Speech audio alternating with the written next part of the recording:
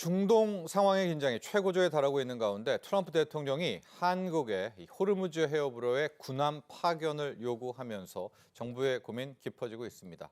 이에 유가는 급등하고 우리 환율도 1,500원을 터치하면서 산업 또 경제 전반에 대한 우려 커지고 있습니다. 3주째로 접어든 중동 사태 자세하게 분석해 보도록 하겠습니다. 송재경 디멘전 투자자문 투자부문 대표와 함께합니다. 안녕하십니까? 네, 안녕하세요. 자, 이 중동 사태가 어느덧 3주째로 접어들고 있고요. 다양한 뉴스가 나오고는 있습니다. 이란에서 좀 보면 호르무즈 해협을 통과하는 또 선박이 있다, 부분 봉쇄다. 이런 걸 보면 또 기뢰를 설치한 것 같지는 않다라는 분석도 나오고 있고요. 한켠에서는 뭐 협상에 대한 이야기, 뉴욕타임즈는 지금 2,000명이 넘는 미 해병대를 실은 군함이 또 함정이 떠났다라는 보도 나오고 있고, 자, 대표님 좀 다양한 뉴스가 나오고 있어서 혼재되어 있는데요. 현재 중동 상황의 흐름 한번 분석해 주시죠.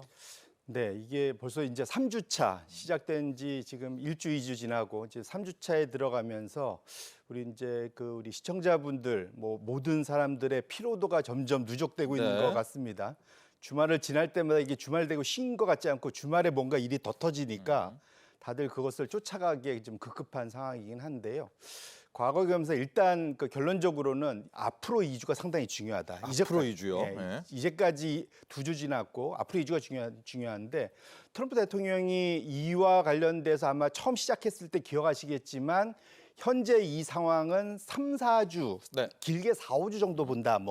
이런 얘기를 했는데 가장 큰 이유가 뭐냐면 현대전은 이런 일들은 통상적으로 과거 지난 30년간 한 달 안에 마무리가 돼야만 단기전으로 끝이 나고요. 그렇지 못하고 이것이 한 달을 넘어가면은 장기화되는 그런 경향이 있었기 때문에 그렇습니다. 과거 이라크나 아프가니스탄 때 보시면은 그게 10년 막 넘어갔었잖아요. 가장 큰 이유가 그 한 달 내에 뭔가 마무리를 못 졌을 때 이런 일이 벌어지기 때문에 그런 측면에서는 지금 상대 이제까지 지나온 것도 중요한데 앞으로 이번 주와 다음 주가 어떻게 갈지라는 것이 상당히 좀 중요하다 봐야 될 것 같은데 좀 그나마 이제 여기서 희망을 좀 네. 찾아보려고 하는 것은 트럼프의 무조건적인 항복 요구 플러스 이란에서는 결사 항전 이런 두 가지 얘기에서 뭔가 그러니까 협상과 관련된 조건에 대한 얘기들이 조금씩 그나마 흘러나온다는 측면에서는 뭔가 긴장은 최고조로 가고 있으나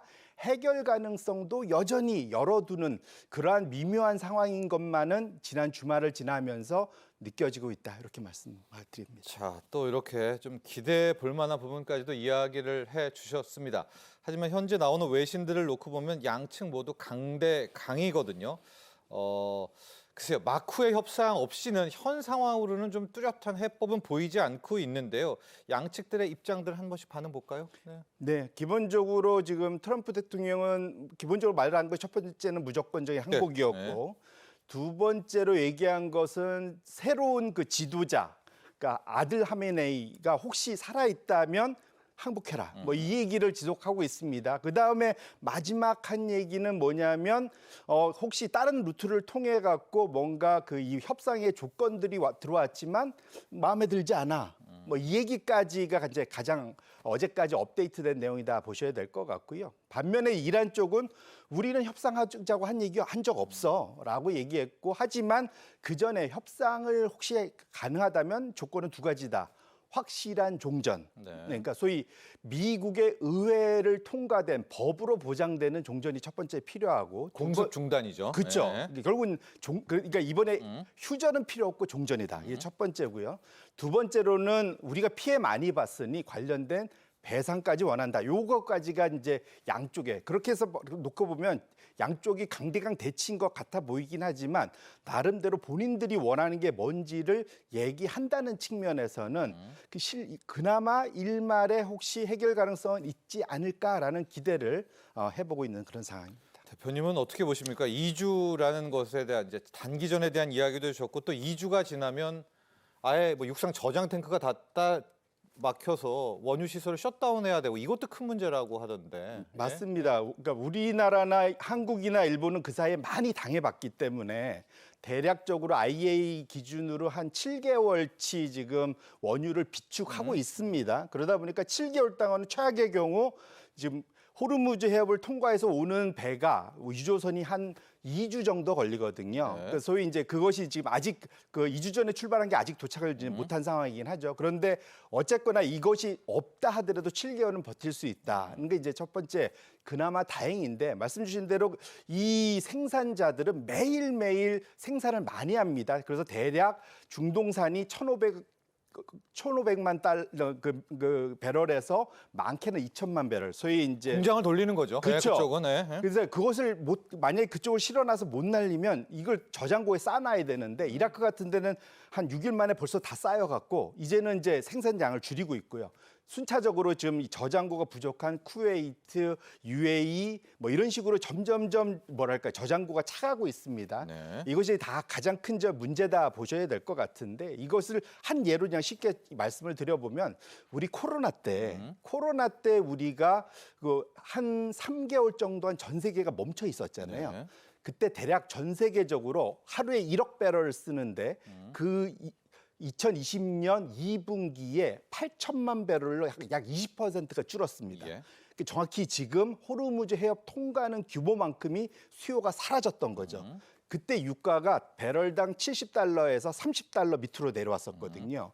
거꾸로 지금 상황에서 이런 식으로 만약에 2천만 배럴이 시장에 공급이 안 되면 그 수요를 강제로 없애야 되는 겁니다. 네. 역으로 말하면 유가가 70달러에서 지금 100달러 와 있는데 2배인 150달러 그 이상을 봐야 되는 상황도 열릴 수 있어서 이것은 상당히 심각하고 그렇기 때문에 거꾸로 꼭 현대전이 아니더라도 지금 과거에 우리 코로나 때의 상황을 놓고 봐서도 한 달 내에 이것이 해결돼야 되고 그것 자체가 이번 주 다음 주가 상당히 중요한 시기다 이렇게 정리하겠습니다. 코로나 때는 수요가 20% 사라지면서 가격이 거의 60% 빠졌으니까 이번엔 공급이 20% 사라지면 오히려 위로 튈 수 있다라는 또 그런 우려도 함께 전해주셨고요.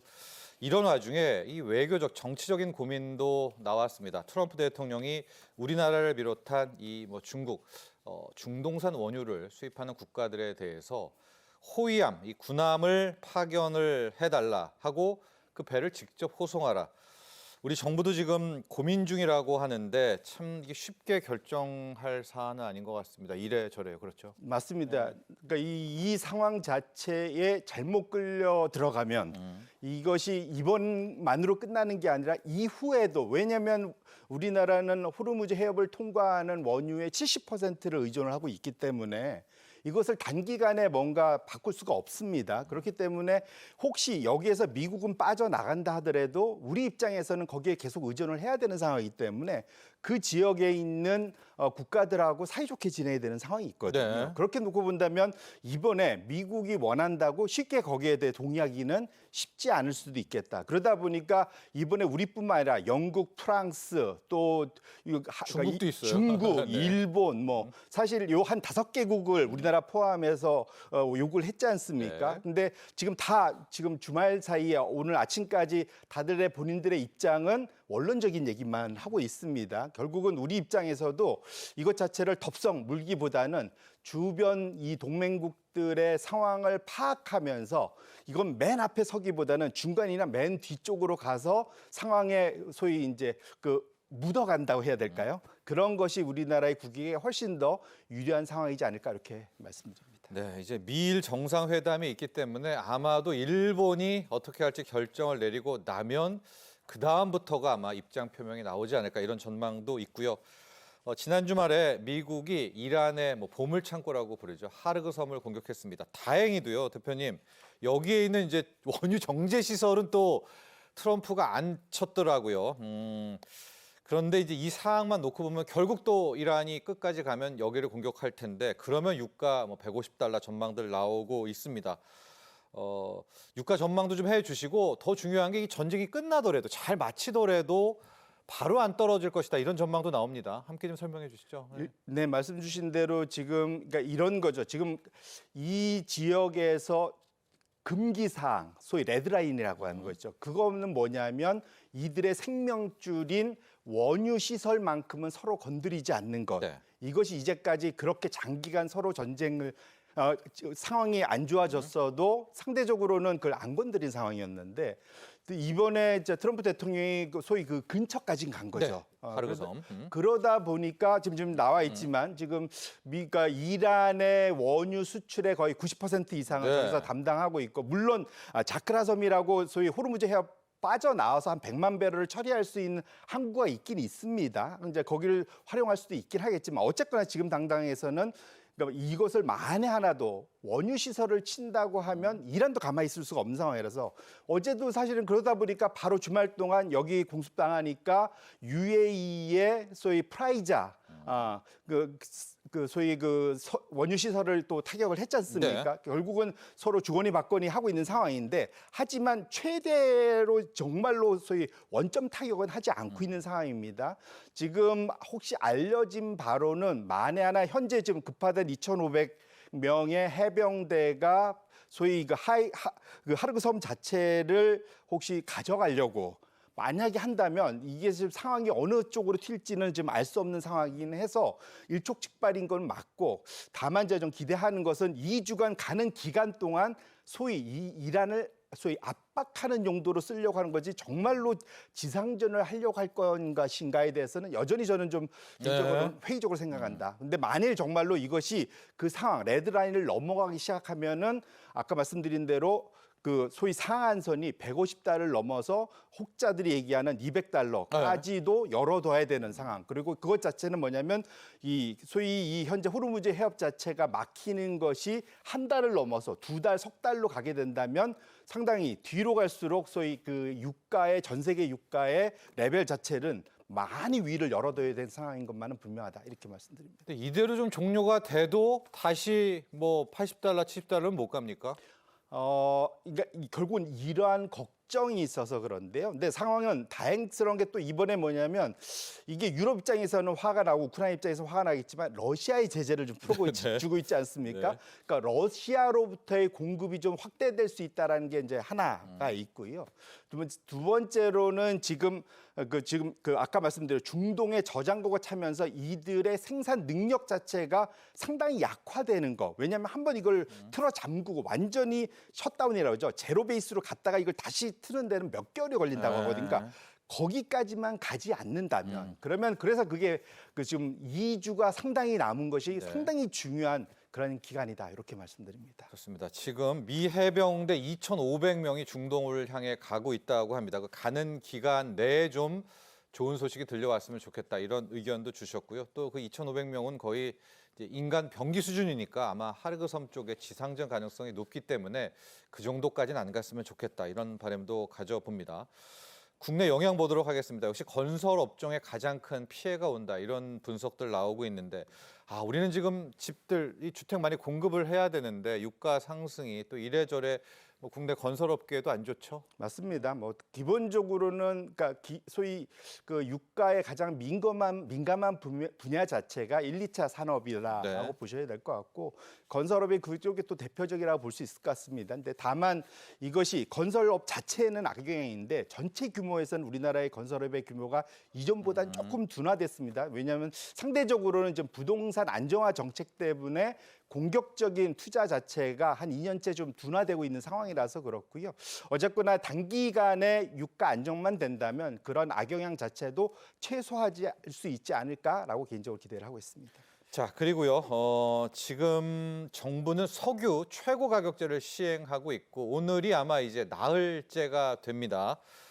정유주에 투자하신 분들은 오히려 좀 주가가 급락하고 있는, 이제 그만큼 마진도 줄었고 우리 국민들이 좀 체감하고 있는 것 같습니다. 전국 평균 주유소 기름값도 역시 가격 최고제로 영향을 받았죠? 그럼 맞습니다. 사실 지난주, 지지난주까지만 해도 사람들이 아니 유가 오른 지 얼마 됐다고 벌써 2,000원이야. 국내 가격이 이렇게 많이 올라라고 불만들을 토로하셨는데, 오를 때는 빨리 오르고 내릴 때는 천천히 내리고 불만이 토로되었고, 또 그 소위 그 내각 우리 국내 수보회의나 여기서 여러 번 대통령이 언급을 하면서 네. 생각보다는 이제 말씀 주셨던 만큼 이번에 들어서는 좀 하향 안정화되는 것이 체감으로 나타나고 있어서 다행이긴 한데, 어쨌거나 이것이 지속되기는 쉽지 않을 것 같습니다. 가장 큰 이유는 뭐냐면 유가가 근본적으로 올라가기 시작하면은 마냥 그걸 소화할 수는 없기 때문에 제일 좋은 최고의 처방책은 유가가 하향 안정화되는 것이다, 이렇게 말씀드립니다. 일단 1,840원대입니다. 이걸로 2주를 가게 되고요. 2주 후에는 국제유가 레벨로 또 한 번 정부가 최고 가격을 고지하는 그런 형식으로 운영되게 됩니다. 지금 보면 또 한 축이 유가도 유가이지만 이 환율에 대한 우려도 굉장히 있고요. 1,500원을 또 여객 시장에서 또 한 번 갔습니다. 일단 오늘은 시작하자마자 한 1,490원대 초반으로 왔는데 1,570원이요. 증권사들이 이 정도까지 다 열어놨네요. 단기적으로는 네. 얼마든지 가능한 수치다. 왜냐하면 기본적으로 지금 전 세계에서 미국 달러 강세, 나머지 통화 약세 현상이 다 두드러지고요. 심지어는 원유를 생산하는 그래서 연초 이후에 상당히 강세를 보였던 브라질 레알화 같은 데조차도 네. 약세로 돌아섰었거든요. 예. 이거는 확실하게 안전자산 에 대한 선호 때문에 미국 달러화에 대한 수요가 늘었다 보셔야 될 것 같고요. 근데 다만 이것이 조금 길게 놓고 보면 현재 우리나라는 역대급 경상수지 흑자를 내고 있습니다.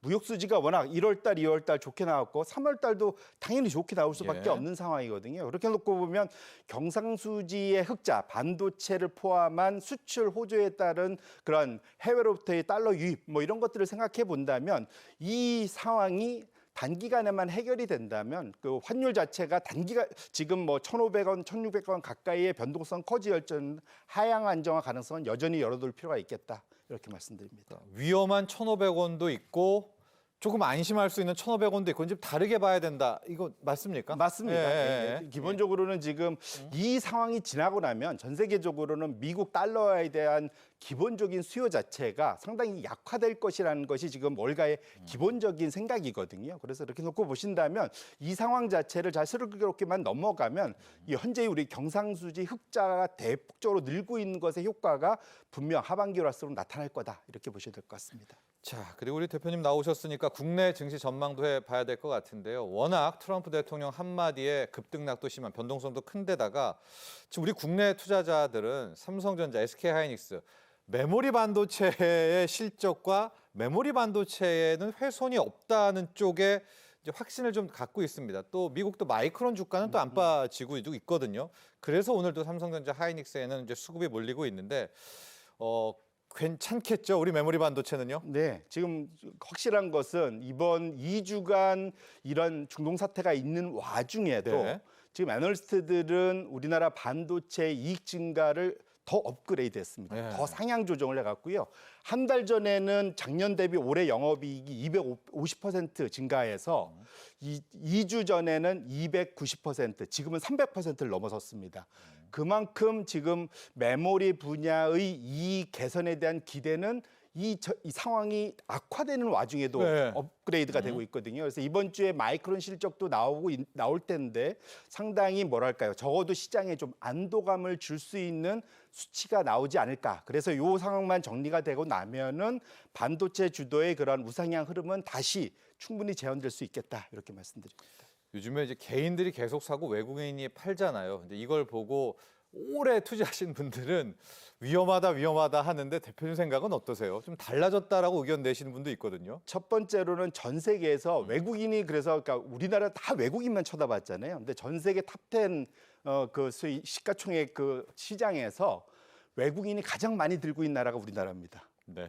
37%나 들고 있기 때문에 너무 많이 들고 있거든요. 네. 통상적으로는 어느 나라든 소위 선진국형 그 가계 자산 비중이 간다면 우리나라는 개인들이 국내 주식의 비중을 더 늘려야 되는 것만은 분명하다. 그런 측면에서는 이 상황은 당연히 필연적으로 가야 되는 상황이기 때문에 저는 너무 걱정할 필요는 없겠다 이렇게 말씀드립니다. 채권 시장도 마지막으로 보도록 하겠습니다. 미국도 지금 금리가 튀어 올라서 모기지론 급등 이야기 나오고 있는데 우리도 채권 금리 좀 문제가 있습니다. 이에 정부가 채권 시장 안정 펀드에 대해서 이제 고민 중 또 방안을 준비한다고 하는데요. 뭐 어떤 내용인지 또 어떤 효과 거둘 수 있는지도 정리해 주시죠. 예, 기본적으로는 이제 채권 안정 기금을 포함해서 대략 100조 원 규모의 소위 그 안전판을 만들겠다라는 거죠. 이걸 다 쓰겠다라기보다는 시장에 이런 충격이 왔을 때는 신용 경색 또 내지는 소위 돈맥 경화가 나타날 수 금리 있죠. 폭등. 네, 그렇죠. 단기간에 이제 모든 자금이 묶이는 거죠. 네. 모두들 투자 안 하고 돈을 다 빼내려고 하는 이런 것에 대한 안정감을 주기 위해서 상당한 이제 버퍼를 만들겠다 보셔야 될 것 같고요.